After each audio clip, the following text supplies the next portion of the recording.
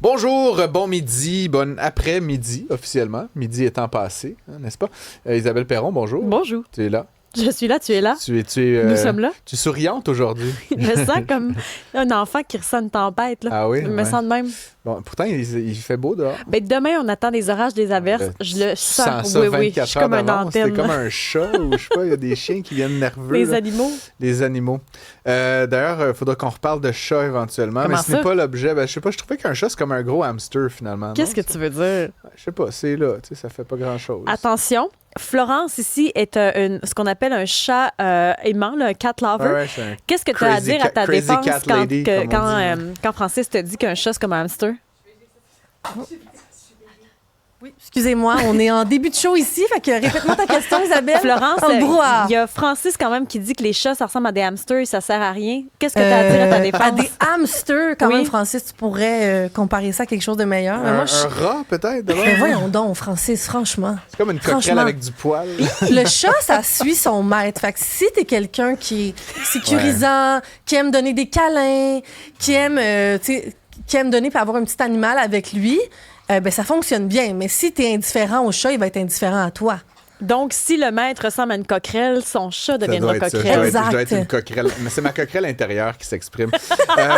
On a un nouveau patron chez Air Canada. C'est une nouvelle qui fait beaucoup réagir aujourd'hui. Ça donne que c'est un Néerlandais, donc il n'est pas Canadien, sauf qu'il parle français. Ben, c'est parce qu'ils n'ont pas le choix là, de sauver le visage. Anko van der Werf, le nouveau PDG d'Air Canada, parce qu'hier, on apprenait qu'il allait couper la moitié du staff en français, la moitié du personnel cet été pour les vols internationaux.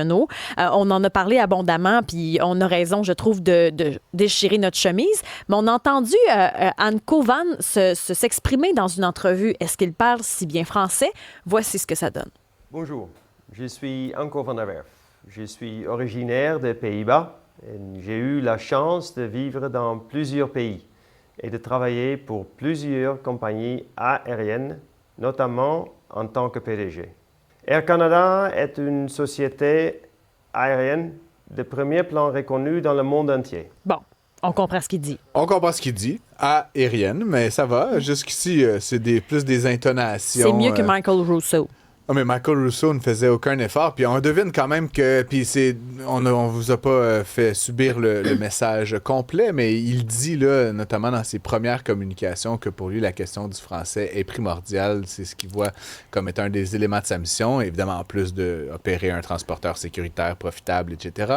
Mais que la langue n'est pas négligeable. Donc là, c'est intéressant. Comme tu le disais, hier, on a eu cette annonce. Aujourd'hui, on a une autre annonce qui est celle d'un nouveau grand patron. Est-ce qu'une fois entré en poste, parce qu'il n'entre en poste qu'en septembre, là, est-ce qu'il va renverser la vapeur? Est-ce qu'il va obliger ou mettre l'accent sur le fait qu'on doit offrir du service dans plusieurs langues dans les vols? Ça va être intéressant. Ça va rester à prouver. Honnêtement, moi, je reste sceptique parce que je trouve qu'avec les mois qui ont passé, avec les chances qu'on a données à Michael Russo, on oublie que le siège social est à Montréal, qu'on est une province francophone. Être pour le français ne veut pas dire contre l'anglais, mais le personnel doit être bilingue.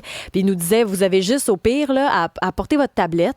Puis en cas de pépin, ben, vous traduirez avec la tablette. Ben oui, c'est ça. Il est en arrêt respiratoire puis il va utiliser sa tablette. Je vais t'avouer que j'ai pas beaucoup d'amour pour Air Canada. J'ai voyagé énormément dans ma vie, puis j'ai toujours pas mal évité Air Canada, sauf quand j'y étais obligé. Puis une des raisons pour ça, c'est pas une question là, de grand nationalisme, mais je trouve juste ça médiocre, tu sais, ce qu'on est en train de se dire là. J'ai voyagé beaucoup avec KLM, tu sais, puis bon, KLM qui est la compagnie nationale néerlandaise, beaucoup avec Air France, même avec British Airways, avec des compagnies américaines. Tu sais, t'es un agent de bord, t'es un pilote, ta vie, c'est voyager le monde. Mm-hmm. Tu devrais, il me semble, il devrait y avoir une espèce de biais de sélection, que tu devrais être curieux des autres cultures. Je sais pas, je veux pas comme... Mais si les moyens te le permettent, des fois, c'est pas un manque de curiosité, là, parfois, c'est juste un manque de moyens là, d'aller à l'étranger. Non, mais t'es agent de bord. Okay, tu passes ta vie à aller à Paris, puis à Ouagadougou, puis...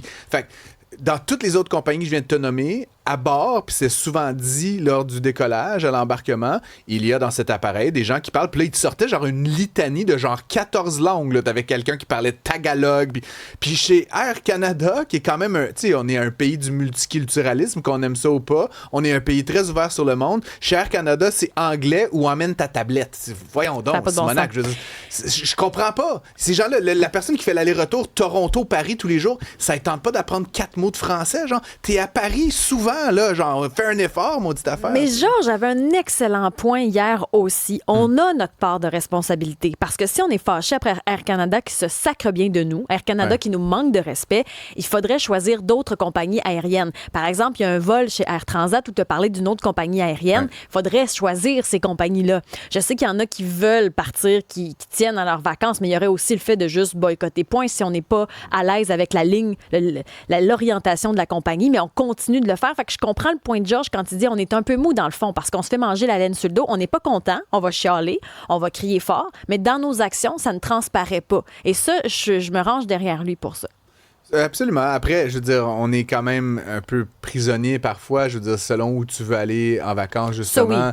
Ça, bon, tu vas prendre, je sais pas, le Lufthansa, il va falloir que tu passes par Francfort. Puis, c'est sûr que si tu veux un vol direct entre ici puis un paquet de destinations, ben Air Canada, c'est pas mal la meilleure alternative. Après, sur des destinations fréquentes, genre, je parlais de Paris ou Londres. Mexique. Mais là, il y a 14 transporteurs possibles là, à partir d'ici, dont les transporteurs nationaux de ces pays-là. Puis, encore une fois, je réitère, dans quasiment tous les pays que j'ai eu la chance de visiter dans ma vie, les compagnies nationales avaient du personnel à bord qui parlait comme toutes les langues de la planète. Comment ça se fait que nous, on n'est pas, je veux dire... Ben à quel point, donc, tu manques de respect? C'est un manque de respect, mais c'est aussi profond. Puis un enjeu culturel de cette entreprise-là qui se voit comme une entreprise anglophone, honnêtement. Puis ça me choquerait pas si c'était American Airlines. Ben oui. Mais là, c'est Air Canada. On est un pays bilingue. D'ailleurs, ils sont sujets à la loi sur les langues officielles. Je veux dire, c'est pas comme... Je sais pas. En tout cas, c'est un peu bizarre. Puis en même temps, ce qui est un peu ironique, finalement, c'est que Michael Russo, là, qui a pris 300, je sais pas combien d'heures de formation en français. C'est pas vrai, là. Ça, c'est rire du monde. J'ai dit toujours que c'était faux. C'est rire du monde. C'est comme un mini-scandale en soi qu'on continue de dire qu'il a suivi 300 heures de formation, parce que j'aimerais avoir les logs de formation puis les programmes pédagogiques. Puis on peut-tu avoir le Zoom pour avoir la preuve que vraiment il dialoguait? J'aimerais passer en entrevue la personne qui était son formateur, qui était probablement payé 150$ de l'heure. Non, tu te trompes, c'est que son formateur est espagnol. Oui, c'est ça, mais je veux dire, à la fin, c'est un scandale séparé de son ineptitude. Mais ce qui est fou, c'est que le gars, il gagnait 12 millions de dollars par année, puis parce qu'il est boqué, puis parce qu'il est un peu con, je veux dire, t'imagines, sur les 5 prochaines années, Isabelle, il aurait gagné 60 millions de dollars, puis parce qu'il n'a pas envie de dire bonjour, je m'appelle Michael Russo, il a perdu 60 millions. Moi, j'apprendrais toutes les langues de la planète pour 60 millions de dollars. Je sais pas vous à la maison, mais... il y a une fortune comme ça?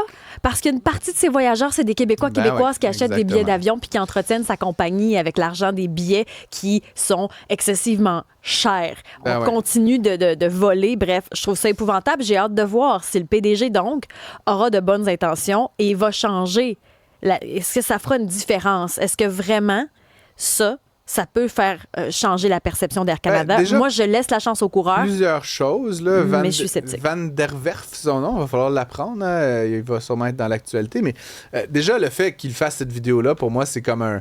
Tu sais, il plante le drapeau. Là, Ils n'ont pas le choix de gérer une crise. J-60 jours, là, parce qu'il n'est pas même entré en poste. Il plante le drapeau du fait francophone. Mais aussi, comme je le disais, culturellement, c'est un Néerlandais. Là, puis je le connais pas personnellement, puis on pourrait googler l'affaire, mais je suis convaincu qu'il doit parler 5 langues, Van der Werf. Il doit parler néerlandais, la variante flamande, là, belge. Il parle le français, il doit parler l'anglais. Ce serait pas exclu qu'il y ait une 5e puis peut-être une 6e langue. Fait que pour moi, d'avoir un PDG qui est polyglotte, qui est ouvert sur le monde, qui est intéressé par ça, ça montre déjà un changement d'époque là, pour la compagnie. Hier, tu nous dis que tu coupes la moitié des francophones et le lendemain, comme par hasard, il y a l'annonce d'un nouveau PDG qui va parler français. C'est une stratégie aussi marketing pour essayer de se redorer l'image. Là. Mais qui a fait cette décision-là? C'est peut-être l'espèce de cadeau empoisonné de Michael Russo là, qui fait cette décision-là quelques semaines avant son départ. Là. Il est encore là à la tête de l'organisation. D'ailleurs, on n'en a pas beaucoup parlé de lui ces derniers temps. Il continue à empocher son salaire, mais c'est à se demander qu'est-ce qu'il fait. C'est pas pour rien. Il aurait peut-être pu faire ça différemment. Bref, Toute une histoire, évidemment, là, cette espèce de scandale. Là. Puis d'ailleurs, rappelons les faits, hein, juste pour qu'on soit bien clair. Là, le fait qu'il ne parle pas français, en soi, c'est un peu con. Le fait qu'on nous ait menti sur ses pseudo-formations, c'est un peu con. Il y a quand même un pilote québécois qui est décédé dans un accident. Il a parlé en New anglais. York, puis il n'a pas été foutu d'appeler la famille puis de dire mes sympathies. Mais quand on puis, parle de respect, ouais, c'est un c'est manque ça. flagrant de respect puis de déconnexion avec la culture d'origine de cette entreprise-là. Puis avec son personnel. Je veux dire, il y a des gens francophones qui travaillent chez Air Canada. La moindre des choses, c'est quand même que le patron soit capable de leur dire 3 mots dans leur langue. Donc lui, s'il arrive quelque chose, on va communiquer avec lui en espagnol, c'est ça? Non, mais... On verra bien tout ça, mais chose certaine, moi, je pense que ça va dans la bonne direction, Isabelle, puis j'en suis le premier ravi. Je laisse la chance au coureur. Moi, tant que c'est pas fait, on verra. Van der Werf, rappelez-vous de ce nom.